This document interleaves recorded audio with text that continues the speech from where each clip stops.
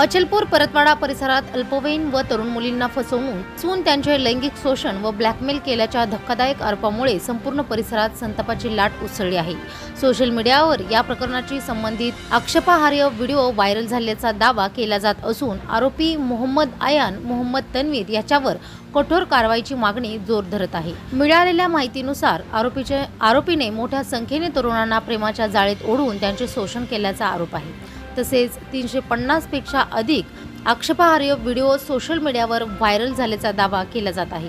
Police व cyber sale या सर्व आरोपींची व व्हिडिओंच्या सत्यतेची पडताळणी करत आहेत। या पार्श्वभूमीवर श्रीमती सुरेखा सुरेंद्र ठाकरे अध्यक्ष लक्ष प्रतिष्ठान यांच्या नेतृत्वाखाली विविध महिला संघटनाच्या पदाधिकाऱ्यांनी परतवाडा पोलीस ठाणे तसेच अचलपूर नगर परिषदेचे मुख्य अधिकारी यांना निवेदन सादर केले आहे। जागे होतात आणि नंतर मात्र सगळे शांत बसतात।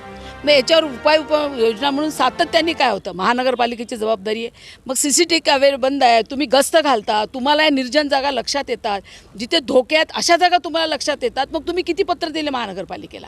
त्यांच्याकडे नाही म्हणून उत्तर आहे, त्यांनी पत्र दिलेलं नाही। बेसिकलाच तुम्ही हात घालत नाही आणि नंतर सगळ्या कार्यवाही करताना काय अर्थ आहे? लाखो रुपये कोटी रुपये या सगळ्या बजेटवर खर्च होतात, मग कॅमेरे बंद कसे पडतात, स्ट्रीट लाईट बंद कसे पडतात?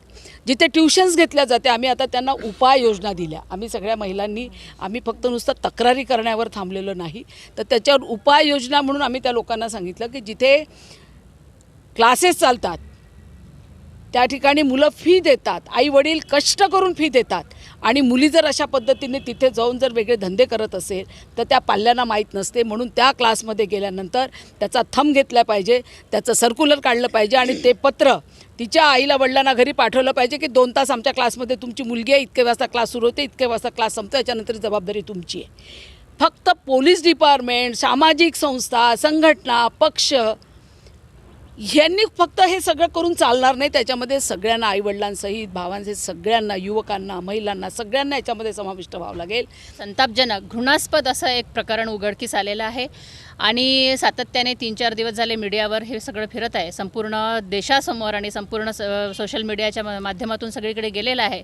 नुकतंच अशोक खरातचं जे प्रकरण निघालं होतं त्याहीपेक्षा आम्ही असं म्हणू की हे प्रकरण गंभीर आहे, कारण जो आरोपी आहे तोही एकदम 19 वर्षाचा आहे आणि त्यामध्ये ज्यांच्यावरती शोषण झालेलं आहे, ज्या मुली त्यामध्ये सहभागी आहेत त्यासुद्धा कमी वयाच्या आहे। म्हणजे देशाची जी नवीन पिढी आहे, भावी पिढी आहे, जे नागरिक आहेत ते जर आता अशा प्रकारचे घडत असतील तर खरंच आपला देश कुठे जाईल याची एक आम्हाला चिंता लागलेली आहे। आणि त्यानिमित्ताने आम्ही आज इथे पोलीस स्टेशनमध्ये आलेलो आहोत। इथे कुठलाही पक्ष नाही, कुठलाही जाती धर्माचा नाही, गुन्हेगार हा गुन्हेगार आहे, त्याला जात नसते आणि ज्या पीडित आहे त्यांनासुद्धा जात नसते। एक पुरुष आणि महिला ह्या 2च जाती आहे आणि म्हणून आज आम्ही इथे रस्त्यावर उतरलेलो आहोत। सर्वच स्तरातील महिला आहे, अनेक पक्ष असतील, अनेक संघटना असतील, आज फक्त महिला जात म्हणून आम्ही इथे आज आलेलो आहोत।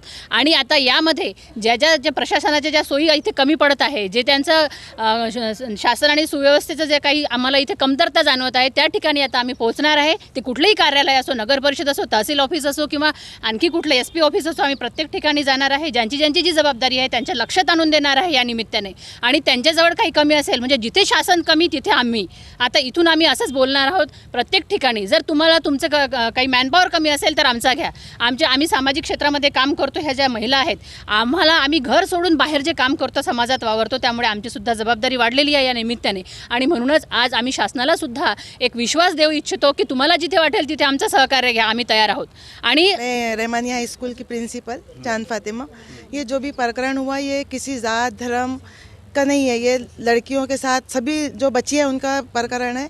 और मेरा एक ही है कि भाई जो भी गुनहगार जो भी हो वो उसको सख्त से सख्त सज़ा दी जाए, जितनी सख्त दे सकता, ताकि समाज में ये मैसेज जाए कि अगर हम ये गलत काम करेंगे तो ये सज़ाएं मिलती, तो दूसरे जो आने वाले बच्चे हैं जो गलतियाँ कर रहे हैं वो वहाँ रुक जाए या ख़त्म हो जाए। तो उसने ये चीज़ सोचना चाहिए। और दूसरे जो लड़के लोग हैं उनके भी जैसा ये फैमिली के ऊपर उन्होंने अपने बच्चों के ऊपर कंट्रोल रखना चाहिए, सिर्फ लड़की पर नहीं, लड़के के ऊपर ऐसा कंट्रोल रहना चाहिए कि भाई हमारा लड़का किस चीज़ में एक्टिव है। आजकल गांजा, शराब, दारू